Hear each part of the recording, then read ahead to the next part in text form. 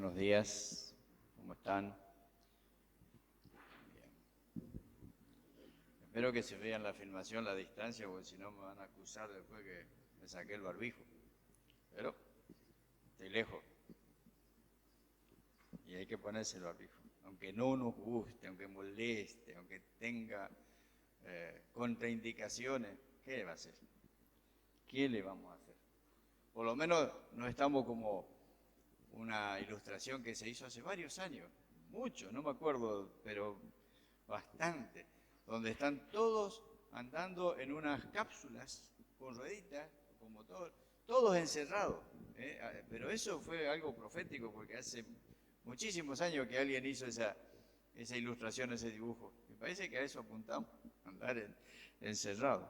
Pero bueno, ya pronto viene la liberación, ya pronto, si Dios permite, y si está ya en sus planes, llegará el arrebatamiento, el irnos a la presencia del Señor. Esa debe ser nuestra esperanza de todos los días. Me levanto y tengo que afinar mi oído a ver si en una de esas hoy suena la trompeta. Como dijo Pablo, porque se va a tocar la trompeta. Y ahí seremos todos llevados con el Señor, los que estamos en Cristo. Bien, hoy vamos a participar de la cena, pero eso lo vamos a hacer después de la palabra. Todos los que están en comunión con el Señor y bautizados van a participar.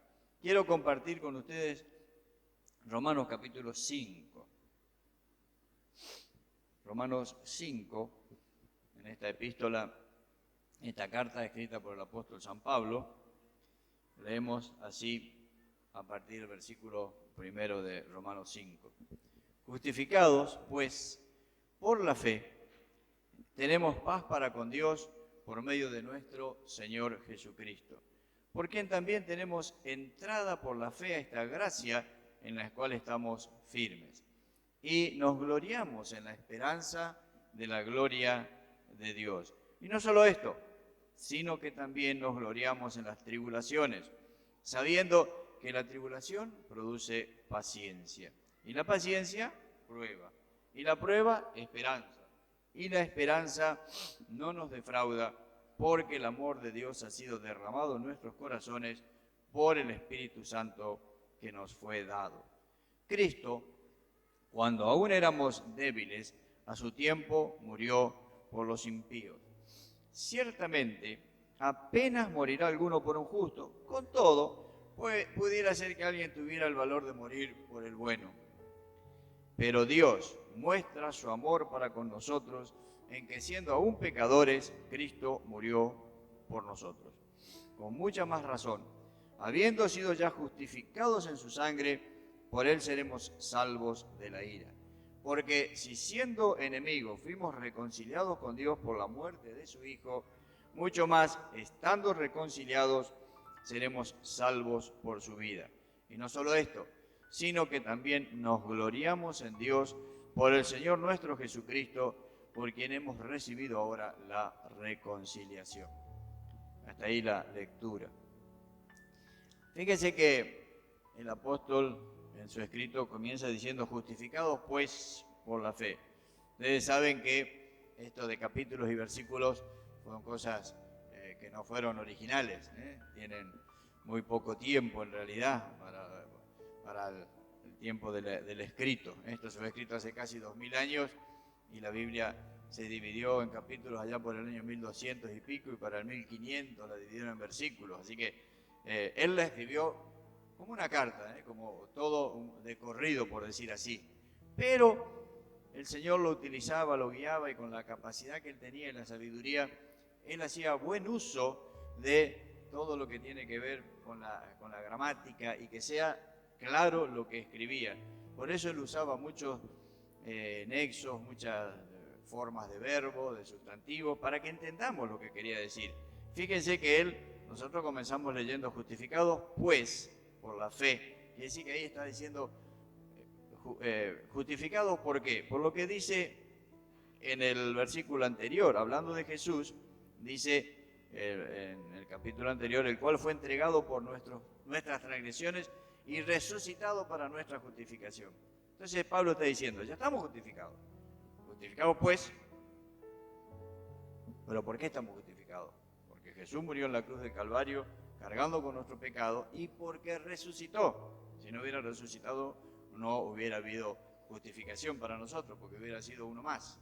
Como fue Mahoma, como fue Buda, estos que murieron, hablaron lindo, filosofaron lindo, juntaron gente que hasta el día de hoy lo siguen, pero se murieron y se murieron.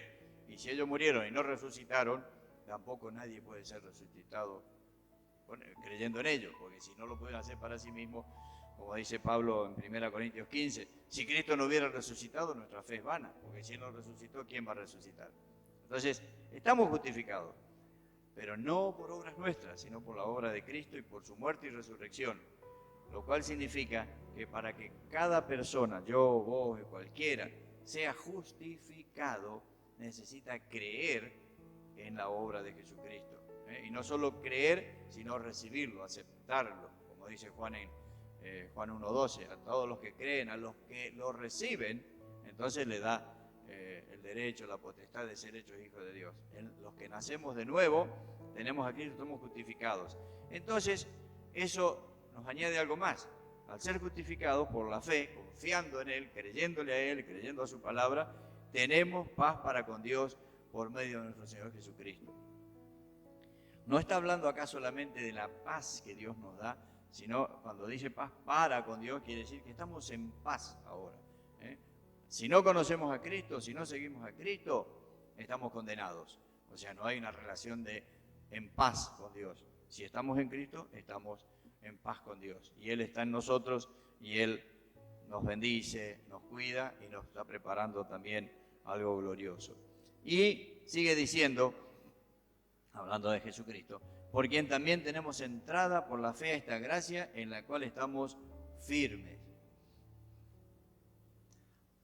En Hebreos, otro de los libros del Nuevo Testamento, nos habla de que Jesucristo nos abrió un camino para llegar a la presencia de Dios, que antes no podía. El pueblo de Israel tenía un templo en el cual adoraba, pero había un lugar que era el lugar santísimo y a ese lugar no se podía pasar. Había un velo, una gran cortina, y no se podía entrar al otro lugar, a la presencia de Dios. Y ahora nosotros, por la obra de Cristo en la cruz, tenemos entrada.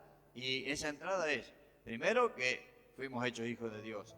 Y además, que en cada momento de nuestra vida podemos entrar.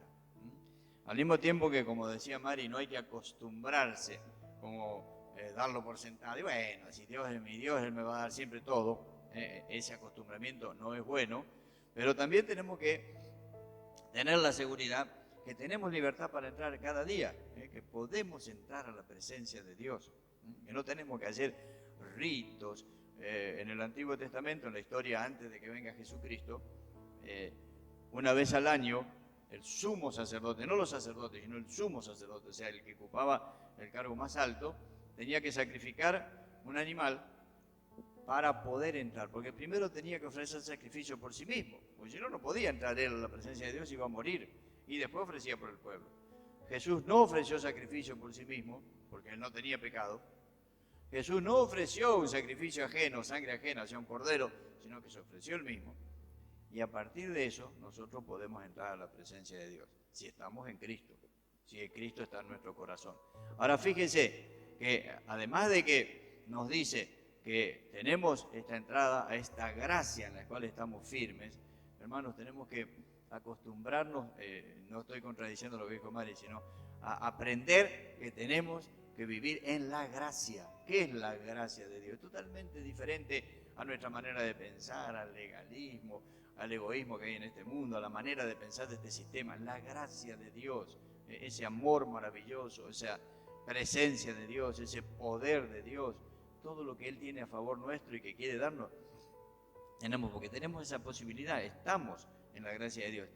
Y acá menciona por primera vez, porque 3 veces va a mencionar en este pasaje, si prestaron atención, es que habla de nos gloriamos. Acá vemos la primera, dice nos gloriamos en la esperanza de la gloria de Dios. Disfrutamos nosotros con esa esperanza gloriosa de que un día vamos a estar con Él, o vivimos con nuestra mirada solamente puesta acá en la tierra. ¿Cuánto puedo avanzar en este mundo? ¿Cuánta plata puedo ganar? cuántos títulos puedo tener, cuántas cosas puedo tener, cuánto placer puedo disfrutar. Hay muchas cosas que son legítimas, pero no deben ocupar todo nuestro pensamiento, nuestros sentimientos. Jesús dijo, donde está el tesoro de ustedes, ahí va a estar el corazón. Entonces, tenemos que gloriarnos en la esperanza. Gloriarnos no significa que me enorgullezco, que me envanezco, sino que, por ejemplo, Pablo decía en una oportunidad, dice, nadie me quitará esta mi gloria. Pero no es que se estaba enorgulleciendo, él se refería al hecho de que él había servido a las iglesias, o sea, servido a Dios y trabajando con las iglesias sin pedirles nada a cambio, esforzándose él con su trabajo, como queriendo decir, nadie me puede echar en cara que me pagaron para que les predique el Evangelio, que si ellos no me daban plata yo no iba, no, yo lo hice de corazón. Bueno, ¿en qué nos gloriamos nosotros? ¿En el título que tenemos? En las posesiones que tenemos, en lo que hemos obtenido, los conocimientos que tenemos. Fíjense que el apóstol Pablo era un hombre lleno de conocimiento antes de encontrarse con Jesucristo. Un hombre preparadísimo en todo lo que tenía que ver con la ley de Dios. Era un maestro. Sin embargo, dijo, yo eso lo desecho, porque lo que a mí me interesa es conocer a Cristo. La gloria es conocer a Dios, conocer a Cristo, tener una relación íntima con Él, diaria, personal, auténtica. Eso tiene que ser nuestro gozo y nuestra alegría. A veces uno, ya digo, se gloria por los propios éxitos, que no está mal, tenemos que obtener éxitos en nuestra vida, no tenemos que ser fracasados, pero no tiene que llevar eso la gloria, sino la gloria siempre para Dios. Nos gloriamos en la esperanza de la gloria de Dios, de estar un día con Él y de que Él se lleve siempre la gloria. Todo lo que hacemos para el Señor. Ojalá pudiéramos nosotros tener ese sentir que tuvo Juan el Bautista. Jesús dijo de Juan el Bautista que fue el profeta más grande que hubo. De los nacidos de mujeres dice, no hubo profeta como Juan el Bautista. ¿Por qué? Bueno, Juan fue el que abrió el camino del Señor. Sin embargo, Juan, cuando vinieron a hablar con él, le dijeron, mirá que ese Jesús está haciendo esto, aquello. Y él le dijo, él tiene que crecer, yo tengo que menguar. Si aprendiéramos a buscar la gloria de Dios, que Él crezca en nuestra vida y a través de nuestra vida, y que quien nos vea a nosotros vea a Jesucristo y la gloria de Él.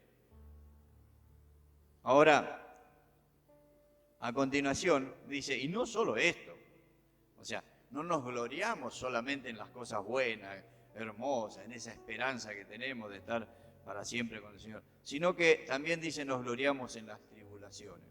Algunos dirán, pues este era loco, era masoquista, le gustaba sufrir, qué lindo, ay me duele, qué lindo, me quemé, qué lindo, me rompí una pata, me quebré, qué lindo. No, nadie, hoy cuando uno se pega un martillazo en el dedo, no dice, ay qué lindo, aprendí algo nuevo. No, a nadie le gusta la tribulación, el sufrimiento.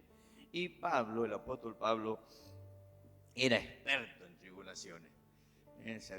Tenía un doctorado ya más o menos en tribulaciones. Había tenido un naufragio, lo habían azotado con varas, le habían pegado con látigos, lo habían metido preso, todo por predicar el Evangelio de Jesucristo, no por ser un delincuente, pero en un tiempo en que se rechazaba el Evangelio, lo perseguían por eso, hasta terminar su vida preso y después le cortaron la cabeza por ser cristiano. Ahora, o sea, no es que él disfrutaba eso, sino que, ¿por qué dice nos gloriamos en las tribulaciones? Sabiendo que la tribulación produce paciencia. ¿Sí? Cuando estamos atribulados, aprendemos a esperar en Dios. La paciencia. La paciencia. Por empezar, que todo cristiano tiene paciencia. ¿Sabían eso? Todos tienen paciencia. Algunos dicen, no, yo no tengo paciencia, yo no aguanto nada. Sí tenés paciencia, lo que pasa es que no la ejercitas. Porque si tenés el Espíritu Santo, en la carta de Gálatas capítulo 5, el apóstol Pablo dice, el fruto del Espíritu es amor, gozo, paz. ¿Y el siguiente cuál es? Paciencia. O sea, tenés paciencia. El problema es que no la ejercitamos, no la practicamos. Un joven así tan impaciente, siempre tenía problemas y se enojaba y se molestaba, si tenía que esperar, todo, va y le pide al pastor, y por favor puede orar por él, porque para que Dios le dé paciencia. Entonces dice, bueno, vení, vamos a orar acá. Dice, vení, arrodillate, vamos a arrodillarnos acá, vamos a orar. Sí, ore, pastor, porque que Dios me dé paciencia. Entonces el pastor empieza a decir, Señor, te pido que este joven, fíjate, le está deseando paciencia, así que te ruego, Señor, que le des tribulaciones. Y el joven le pega un codazo al pastor y dice, pastor, paciencia le dije, no tribulaciones. Y la Biblia dice que la tribulación produce paciencia. Si vos querés paciencia, tenés que... ¿Cómo vamos a saber y aprender paciencia si nunca hacemos una fila en algún lugar para esperar? Si nunca nos aguantamos el tiempo de espera. Más ahora que nos hacen esperar afuera, al rayo del sol o a la lluvia. Hay que aprender la paciencia. Y la tribulación produce paciencia. Y la paciencia prueba. ¿Qué significa prueba? Que somos aprobados, somos probados y aprobados. Las cosas se prueban. Cuando uno va alguien está, por ejemplo, cuando Edison inventó la lamparita, ¿no? Estos tubos LED, ¿no? Nunca los llegó a conocer él. Dicen que probó, no sé, con más de 1000 elementos hasta encontrar el tungsteno y no sé qué aleación le hizo para encontrar el foquito que pudiera estar encendido muchísimas horas. Tuvo paciencia, se le quemaba uno, se le quemaba otro, se le quemaba otro, hasta que logró lo que quería. Nosotros a veces queremos que las cosas salgan así. Miren, si los vehículos, por ejemplo, los autos, no se probaran como se prueban, nosotros viviríamos en riesgo, en peligro total. Sin embargo, los prueban, los chocan para ver qué va a pasar en el choque. Las piezas más importantes, las que si se rompen nos pueden hacer volcar, son probadas al extremo. Y ahí se sabe si aguanta o no aguanta. Porque si no estuvieran probadas sería un peligro. Cuando uno quiere obtener un título tiene que ser probado. Si es probado, será aprobado. Si no es probado, nunca va a tener la aprobación. Por eso Santiago va a decir en su carta, el apóstol Santiago, que bienaventurado aquel que sufre la tentación, pero la vence, el que vence la tentación, porque dice, será aprobado. Cuando fuere aprobado, y hay una promesa también de una corona allí. Entonces, la tribulación produce paciencia. La paciencia prueba, y la prueba esperanza, porque tenemos la esperanza de que si he sido probado, voy a salir purificado, voy a salir vencedor. Y además voy a recibir, aunque no merecemos, no pensemos que merecemos algo, porque nuestro comportamiento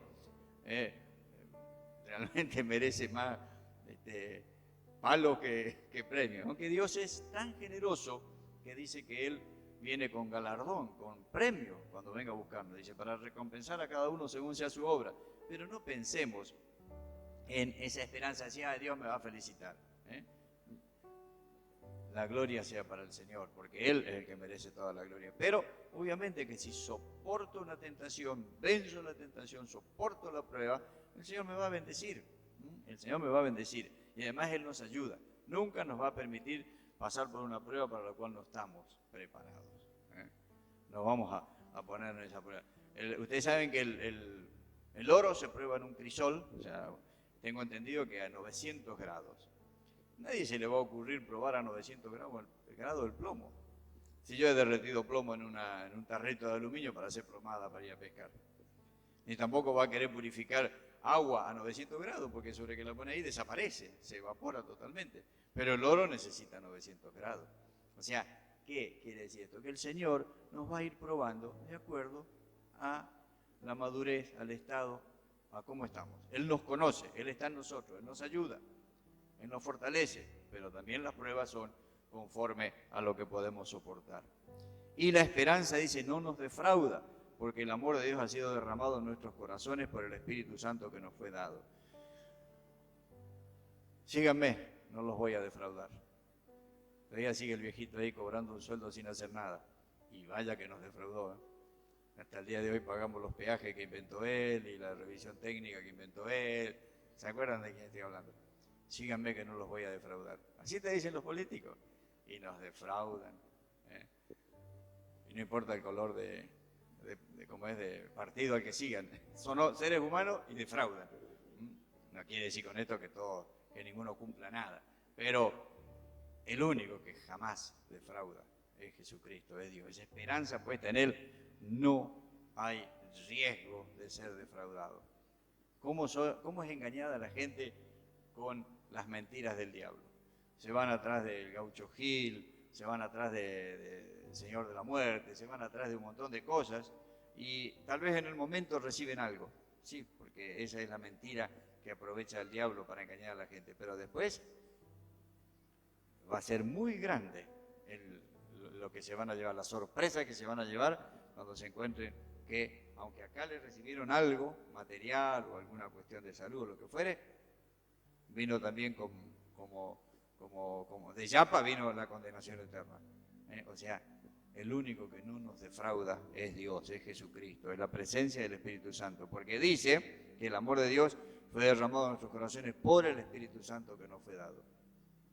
Disfrutemos, hermanos, la presencia del Espíritu Santo en nuestras vidas. Hay veces que hay creyentes que parecen que no supieran que existe el Espíritu Santo. Porque no quiero decir con esto que hay que vivir a los saltos, a los gritos, para decir yo estoy lleno del Espíritu Santo. Uno puede ser muy tranquilito, pero está lleno del Espíritu Santo porque eso se ve en su comportamiento, en los frutos que da en su vida. Y después sigue hablando. Esto es interesante lo que dice acá. Dice, Cristo, cuando aún éramos débiles, a su tiempo murió por los impíos. Débiles o estábamos perdidos. Y el versículo 7 dice, ciertamente, eso lo pone como una ilustración, ahí como un comentario que hace el apóstol Pablo. Dice, ciertamente apenas morirá alguno por un justo. Con todo, dice, pudiera ser que alguien tuviera el valor de morir por el bueno. Como algunos casos que se han dado donde alguna persona dijo, yo voy a morir en lugar de él. Yo me voy a hacer cargo, porque este es inocente, lo están condenando y es inocente, es una buena persona y yo me hago cargo. Sé que han existido algunos casos, dice, pero dice, apenas, dice, morir alguno por un justo, apenas, o sea, no es una cosa muy común que usted diga, che, viste, fulano, lo condenaron a fulano a 25 años de cárcel y vino otro y dijo, yo me hago cargo, y se fue él preso. O lo condenaron a muerte y otro se hizo cargo de él. ¿Leyeron eso en el diario alguna vez? Casi. Apenas morirá, dice Pablo. Esa es una cosa que no se da entre nosotros. Pero luego agrega algo en el versículo 8 y utiliza la palabrita pero. Pero es un nexo para conectarnos con lo que viene y se llama un nexo adversativo, porque ahora nos va a mostrar algo diferente y algo bueno. Porque normalmente nosotros cuando usamos el pero, es para algo negativo. Imagínense, te iba a pagar, pero me compré otra cosa. Iba a llegar temprano, pero me pasó otra cosa. Iba a ir a tu casa, pero... Y siempre, cuando el pero va a ser una excusa para algo negativo. Notablemente, las veces que el apóstol Pablo usa la palabrita pero, que la usa acá, la usa en Efesios y en otros lados, es para mostrarnos algo grande y hermoso de parte de Dios. Dice, pero Dios muestra su amor para con nosotros en que siendo aún pecadores, Cristo murió por nosotros. Hoy leí una frase de un pastor que vivió hace 2 o 3 siglos en Inglaterra, Spurgeon, que escribió libros, predicó, tuvo institutos bíblicos, y él dice, mencionando esa frase, que nosotros fuimos escogidos en Cristo antes de la fundación del mundo. O sea, aún antes de nacer, Dios nos escogió. Y él hace un comentario, era muy creativo en sus comentarios. Y él dice, gracias a Dios que me eligió antes de la fundación del mundo, o sea, antes de que yo naciera, porque si no, después que yo naciera no me elegía. Cuando veía lo que era, no me iba a elegir. Fue un hombre de Dios que Dios usó mucho, ¿no? Pero obviamente Dios sabe lo que es, sabía de antemano cómo iba a ser nuestra vida, pero es interesante, ¿no? Si Dios tiene que mirarme a mí, ¿ustedes creen que me va a elegir? Bueno, a mí puede ser, porque soy especial. Pensar que hay algunos que se lo creen. Pensar que hay algunos que se lo creen. Hay personas que creen que sin ellos el reino de Dios no funcionaría. Fíjense, el apóstol Pablo podía haber seguido haciendo un montón de cosas, porque realmente fue increíble todo lo que hizo. Podía, por la edad que tenía cuando murió, que no sabemos bien, pero más o menos podía vivir 10, 15 años más. ¿Saben todo lo que hubiera hecho? Sin embargo, Dios dijo, hasta acá llegaste, se terminó la vida del apóstol Pablo y la iglesia no se frenó y el reino de Dios siguió avanzando. O sea, Dios no esperó a que nosotros seamos buenos para decir, bueno, a este lo voy a llamar porque este es bueno, le voy a perdonar. Fíjese que cuando lo llama Pablo estaba persiguiendo a los cristianos. O sea, Dios muestra su amor para con nosotros en que siendo aún pecadores, o sea, estando nosotros en el pecado, Jesús fue a la cruz a morir por nosotros. Cuando Él murió, Él se hizo cargo de nuestro pecado, la justicia de Dios recayó sobre Él y nosotros, si aceptamos ese sacrificio, Si nos arrepentimos de los pecados y decimos, ese sacrificio fue hecho para mí, pedimos perdón a Dios, Dios nos perdona. Pero no esperó a que nos arrepintiéramos. Primero lo mandó a Cristo a morir en la cruz. Ahí murió Cristo por nosotros. Entonces dice, con mucha más razón, habiendo sido ya justificados en su sangre, por él seremos salvos de la ira. El barba, el viejito buenito que está en el cielo, ese es un invento. De hecho, Dios no tiene barba, por eso me deja usar a mí. Pero Dios es bueno, es cierto que Dios es bueno. También Dios es amor, es cierto. Tiene gracia, que es ese regalo inmerecido, darnos lo que no merecemos. Tiene misericordia, pero Dios tiene también, y es santidad y justicia. Y como es santidad y justicia, al cielo no puede entrar el pecado. Al cielo no puede entrar el pecado. Y acá cuando habla de la ira, es esa ira que lamentablemente se va a derramar sobre la creación, sobre los seres humanos que han rechazado a Jesucristo. Que han rechazado a Jesucristo. Si ustedes leen el Evangelio de Juan, capítulo 3, en el versículo 36, que es el último versículo de ese capítulo, dice, Juan 3, 36, el que cree en el Hijo tiene vida eterna, pero el que se niega a creer en el Hijo no verá la vida, sino que la ira de Dios está sobre él. Dios no quiere descargar su ira sobre nadie, pero el que rechace a Cristo y llegue al final de sus días y muera habiendo rechazado a Jesucristo, lo único que le espera es la ira de Dios y la condenación eterna. Que yo creo que Dios lo va a hacer con un gran dolor en su corazón, porque Él dijo, y está en el Antiguo Testamento, yo no quiero la muerte del que muere. Pero la decisión estuvo en la persona, rechazó a Jesucristo y entonces el pecado queda sobre él. No se le puede aplicar la justicia de la muerte de Cristo en la cruz porque rechazó a Jesús. Entonces seremos, dice, salvos de la ira. Versículo 10, porque si siendo enemigos fuimos reconciliados por Dios por la muerte de su Hijo, mucho más estando reconciliados seremos salvos por su vida. Jesucristo nos salva para la eternidad, nos salva también acá de las tentaciones, nos salva del pecado. El pecado sigue obrando. Por eso en el capítulo siguiente, pues si quieren léanlo, es bueno que lo lean en su casa, en el capítulo 6 de Romanos va a hablar del pecado y va a enseñarnos cómo nosotros, que ahora estamos en Cristo, ya no podemos poner más nuestra vida al servicio del pecado. Luego, el apóstol Juan en su primera carta, en el capítulo 3, va a decir, el cristiano no practica el pecado. Pero eso solo se puede hacer por la obra de Jesucristo y el Espíritu Santo en nosotros. Si yo quiero no pecar por mis propios medios, ¿saben qué? Enseguida me voy. Lamentablemente, no es justificativo, pero es nuestra naturaleza. El siguiente capítulo, no el 6, sino el 7 de Romanos, va a mostrarnos la lucha que el apóstol Pablo nos muestra allí entre el pecado y el Espíritu Santo. Entre esa vieja naturaleza que tenemos nosotros, que la tenemos desde que nacemos, y la nueva naturaleza que tenemos desde que nacemos espiritualmente, cuando recibimos a Cristo. Y hay una pelea entre el pecado y el no pecado, digamos, entre el pecado y la santidad, entre obedecer a Dios o ser guiado por el diablo. Y Pablo dice, y tengo esa lucha constante. Miren, el apóstol Pablo, con el nivel, en el sentido de la relación que él tenía con el Señor, y tenía esa lucha. Ahora, no es justificativo para decir, bueno, si Pablo tenía la lucha, sí, Pablo tenía la lucha, pero en el poder de Cristo lo decía, porque el capítulo 7, donde él muestra esa lucha, termina diciendo, gracias doy a Dios por Jesucristo, Señor nuestro. O sea, porque Cristo le daba la victoria. O sea, esa lucha está, pero en Cristo somos salvos. Y termina diciendo, la última vez que en este pasaje que leímos va a mencionar, nos gloriamos, y no solo esto que nos gloriamos en la esperanza, en la gloria de Dios, nos gloriamos en las tribulaciones, y ahora va a decir, y no solo esto, sino que también nos gloriamos en Dios, por el Señor nuestro Jesucristo, por quien hemos recibido ahora la reconciliación. No dice nos gloriamos en las obras de Dios, nos gloriamos en lo que Dios nos dice, nos gloriamos en Dios, en la persona de Dios. Ese debe ser nuestra gloria. ¿Cuál es tu gloria? Dios. lo conozco a Dios, es mi Padre Celestial, al cual le puedo decir Padre, Abba, como menciona ahí, que es una palabra que no se traduce porque quiere decir papito, esa intimidad con Dios, con el Padre.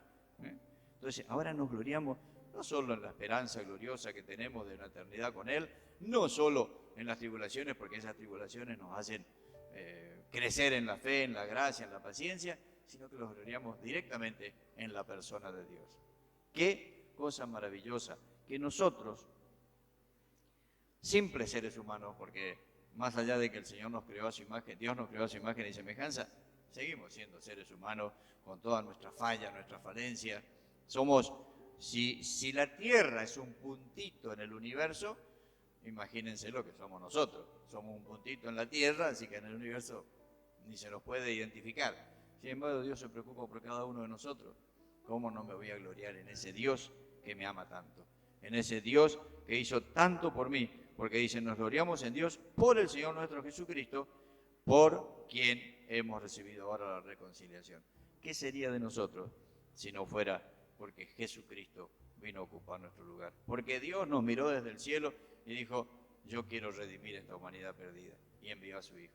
¿Qué sería de nosotros si Jesús hubiera hecho uso de sus poderes que tenía y no hubiera ido a la cruz? O se hubiera bajado de la cruz mostrando, miren qué poderoso que soy. Me tenían ahí crucificado, ahora ni marcas tengo de los clavos. Miren qué bien que estoy. Y hubiera pasado entre la gente y nosotros íbamos todos al infierno. Cuando Jesús pudo hacer eso, no lo hizo. ¿Por qué? Por amor a nosotros. Él quedó en la cruz, murió y luego resucitó por nosotros. Él es nuestro Salvador. Gloriémonos en la esperanza que tenemos, en que un día estaremos en la gloria de Dios. Si tenemos dificultades y tribulaciones, que no las tenemos que buscar. Si vienen, Dios las envía, gloriémonos en ellas, busquemos que el Señor haga la obra completa en nosotros, pero que nuestra gloria esté siempre en Dios, el Padre eterno, Dios Padre, Dios Hijo, Dios Espíritu Santo, nuestro bendito Dios. Que Dios nos bendiga y que aprendamos cada vez más a gloriarnos en Él.